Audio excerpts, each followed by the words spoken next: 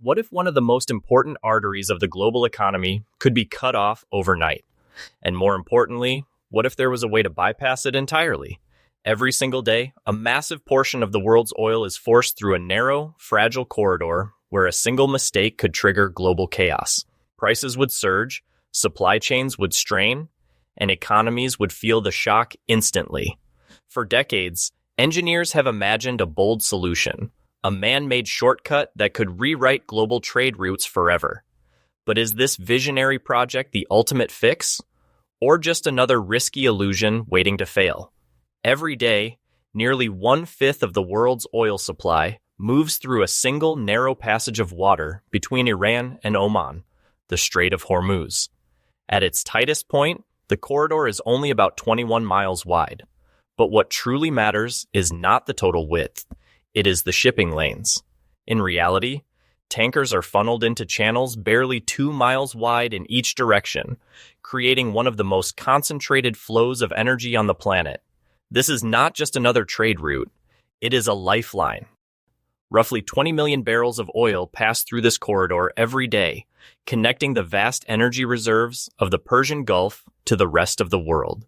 Countries like Saudi Arabia, Iraq, Kuwait, Qatar, and the United Arab Emirates rely heavily on this single exit point to reach global markets. Without it, the flow of energy would slow dramatically and the consequences would ripple across every major economy. What makes this choke point even more fragile is how quickly disruption can escalate. The region has seen repeated incidents involving seized tankers, damaged vessels, and direct military tensions. Warships patrol nearby waters, while shipping companies quietly adjust routes and prepare backup plans.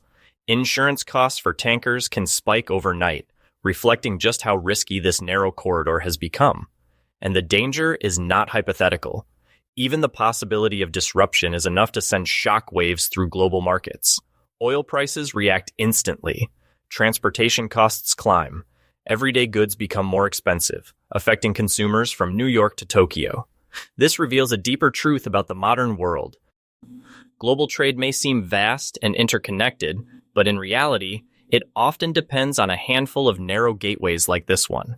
And when so much depends on such a small space, the entire system becomes vulnerable, which leads to a bold and fascinating question. If this choke point is so risky, why hasn't the world found a way around it? For decades, engineers and strategists have been drawn to a radical idea. If the Strait of Hormuz is such a dangerous bottleneck, why not simply go around it? Instead of forcing ships through a narrow and politically sensitive passage, what if there were a completely new route, one designed to avoid the risk entirely? The answer, at least on paper, seems surprisingly straightforward. At the northern edge of Oman lies the Musandam Peninsula, a rugged stretch of land that juts into the Strait of Hormuz. But hidden within this dramatic landscape is a unique geographical advantage. In several places, the distance between the Persian Gulf and the Gulf of Oman is only a few dozen miles. That small gap has sparked an enormous idea. A canal carved straight through the peninsula could allow oil tankers to bypass the Strait of Hormuz altogether.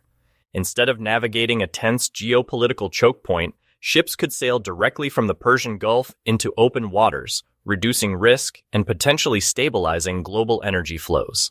On a map, the concept feels almost inevitable. A clean, direct shortcut that eliminates one of the world's most fragile trade routes. For global markets, it sounds like a dream solution. No more reliance on a narrow corridor. No more constant fear of disruption. But this idea has persisted not because it is easy, but because it addresses a very real problem. Over the years, countries in the region have already attempted partial solutions. Saudi Arabia has built pipelines stretching across its territory to reach ports on the Red Sea. The United Arab Emirates developed a pipeline that sends oil directly to the port of Fujairah, outside the Strait of Hormuz. Yet even combined, these alternatives can only handle a fraction of the total enough flow.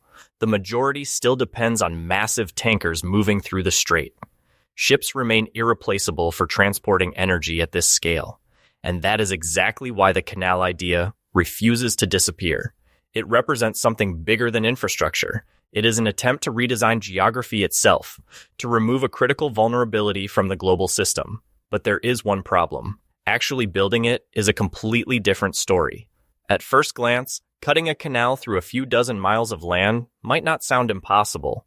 After all, humanity has already built some of the most ambitious waterways in history. But the Musandam Peninsula is nothing like the flat terrain of other famous canal projects. This region is part of the Hajar Mountain Range, one of the most rugged and unforgiving landscapes in the Middle East. Towering limestone peaks rise sharply from the coastline, with some elevations exceeding 2,000 meters above sea level. Instead of soft sand or low plains, engineers would be forced to carve a path through solid rock and steep mountain ridges. This changes everything. Building a canal here would not be a matter of dredging and widening existing waterways. It would require blasting, cutting, and removing vast sections of entire mountains. The scale of excavation would be almost unimaginable, involving millions upon millions of tons of rock.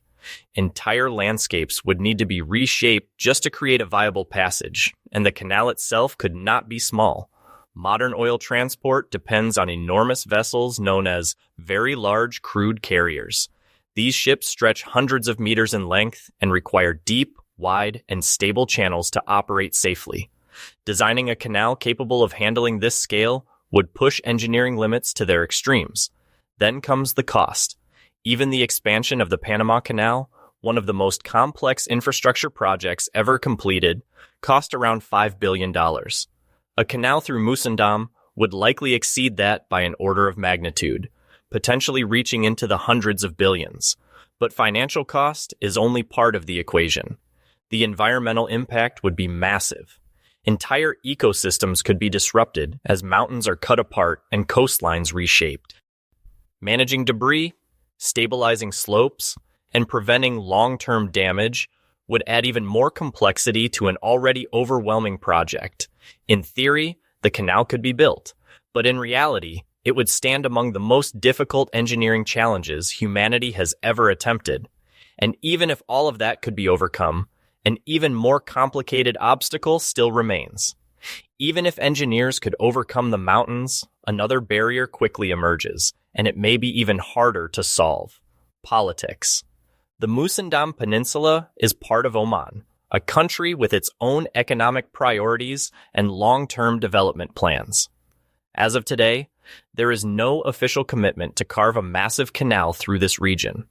Instead, Oman has focused on expanding tourism, strengthening port infrastructure, and building sustainable economic growth. A NACOG project of this magnitude would require the country to completely shift its strategic direction, but Oman would not be the only player involved. A canal of this scale would demand unprecedented international cooperation. Major oil-producing nations, global investors, and powerful governments would all need to align on funding, construction, and long-term management. The financial burden alone, potentially hundreds of billions of dollars, would require deep and sustained commitments over many years. Security adds another layer of complexity. The very reason for building the canal is to reduce vulnerability. Yet, paradoxically, the canal itself would become a critical Nukta choke point. Instead of relying on the Strait of Hormuz, global energy flows would depend on a single artificial passage carved through mountains, and like any narrow route, it would remain exposed. A grounded tanker could block it. A targeted attack could shut it down. Even natural events like landslides or structural failures could interrupt operations. The risk would not disappear. It would simply move. This creates a difficult question for policymakers. Is it worth spending enormous resources to replace one choke point with another? Because in the end, the canal does not eliminate fragility. It reshapes it, and that leads to a deeper realization about global trade. The world is not just connected by routes, it is constrained by geography, politics, and the constant balance of power between nations. The idea of a Musandam Canal is more than just an ambitious engineering project. It represents a bold attempt to outsmart geography itself, to redesign one of the most critical energy routes on Earth. On paper, it promises security, stability, and a future where global trade is less vulnerable to sudden disruption. But reality tells a different story.